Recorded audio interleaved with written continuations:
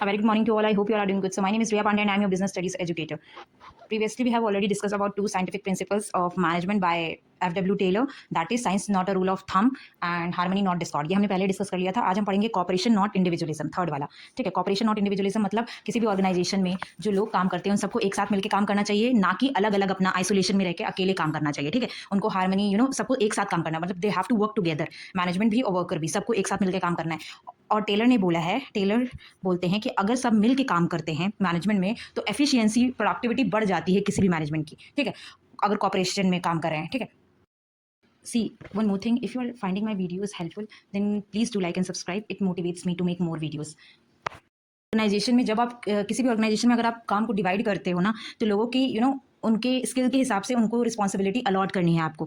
अगर आपको पता है कि कोई इस काम में, मतलब कोई जैसे फॉर एग्जांपल कोई टीचर है जो हिंदी अच्छा सा पढ़ाता हो. ठीक है. अब आप उसको इंग्लिश पढ़ाने के लिए भेज देंगे, हो सकता है वो पढ़ा ले क्योंकि उसने भी पढ़ा होगा, फर्स्ट वो पढ़ा लेगा, बट उतने अच्छे से नहीं पढ़ा पाएगा जितने अच्छे से वो हिंदी में, क्योंकि उसकी एक्सपर्टीज़ है. तो लोगों को, एम्प्लॉयज़ को ऑर्गेनाइजेशन में उनको स्किल के हिसाब से काम देना है आपको. ठीक है.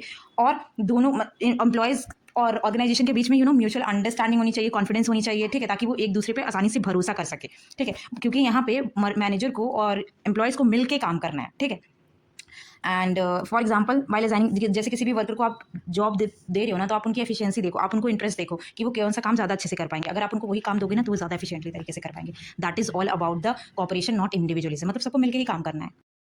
Fourth one is development of workers to their greatest efficiency and prosperity. मतलब आपको जब आप कोई एम्प्लॉय हायर करके अपने ऑर्गेनाइजेशन में ला रहे हो तो आपको इस एम्प्लॉय का भी डेवलपमेंट करना है. मतलब उसको इतना ट्रेनिंग फैसिलिटी प्रोवाइड करनी है ताकि वो जो उसका काम है वो उसमें माहिर हो जाए. ठीक है. एक्सपर्टीज हो जाए. किसी भी इंडस्ट्रीज की एफिशिएंसी पता चलती है उसके वर्कर की एफिशिएंसी. वो उसका वर्कर कितना एफिशिएंट है वो डिपेंड करता है उस पर, इंडस्ट्रियल एफिशिएंसी. ठीक है. अब वर्कर कैसे एफिशिएंट होगा? जब उसको प्रॉपर ट्रेनिंग प्रोवाइड की जाएगी. ठीक है.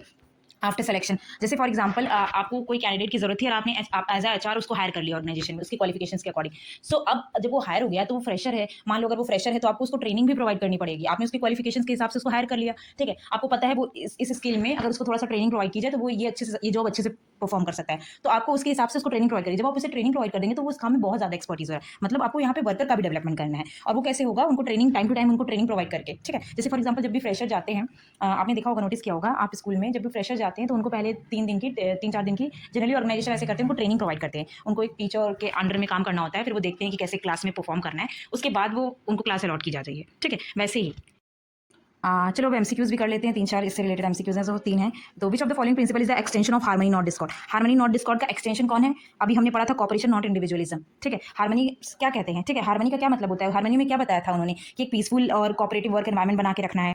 कोऑपरेशन भी यही कहता है कि जो ऑर्गेनाइजेशन में है उन सबको मिलकर काम करना चाहिए, मतलब अकेले आइसोलेशन में रहकर काम नहीं करना चाहिए. Second one is sharing of gain is related to which of the scientific principles of management. Cooperation not individualism. Cooperation not individualism इसका आंसर है. क्यों है आंसर? Sharing of gains.